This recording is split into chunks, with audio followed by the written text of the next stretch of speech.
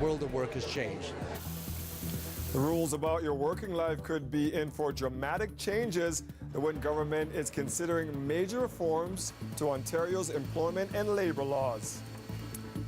It is the most sweeping review of the province's workplaces in decades. Among the ideas on the table, making paid sick days mandatory, boosting minimum paid vacation, and shifting the threshold for overtime pay.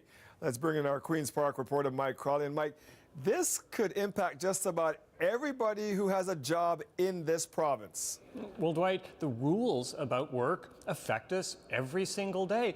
So the possibility that they could change seems to be really resonating with people. In just the past couple of days, I have received literally hundreds of emails from people telling me about their struggles at work. People who don't get paid if they call in sick.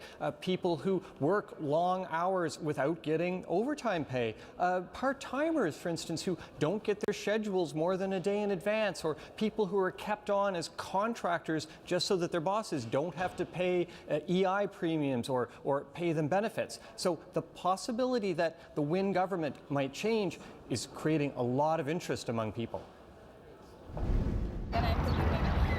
Nadira Begum never knows what her work schedule will be from one week to the next. Right now I'm doing 3 part-time jobs in 3 different places. None of her jobs offer paid sick days. My kids also sometimes sick. I have no choice. Sometimes I have to send them to school and go to my work. And it's the same for her friends. Son is sick in the morning, 7 o'clock, but she have to go to work. She left her son at home to go to work, and she went to work because she don't have any choice. It's people like her who could benefit from changes to provincial employment laws.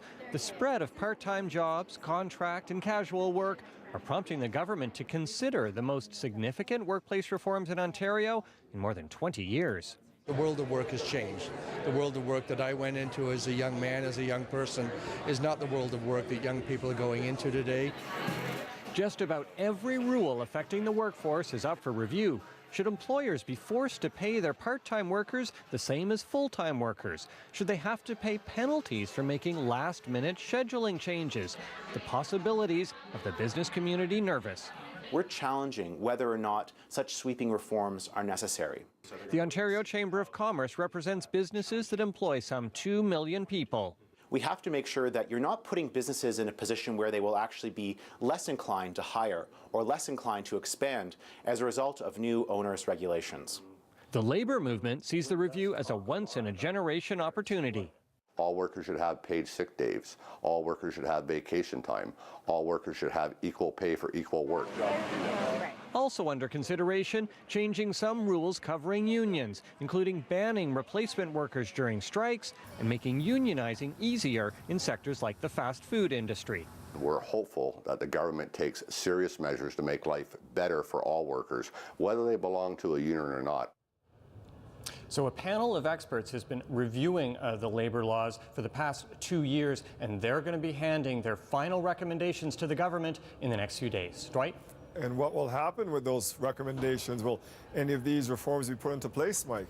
So that decision is up to the Liberal government, and we aren't expecting them to take any action for at least weeks or possibly even months.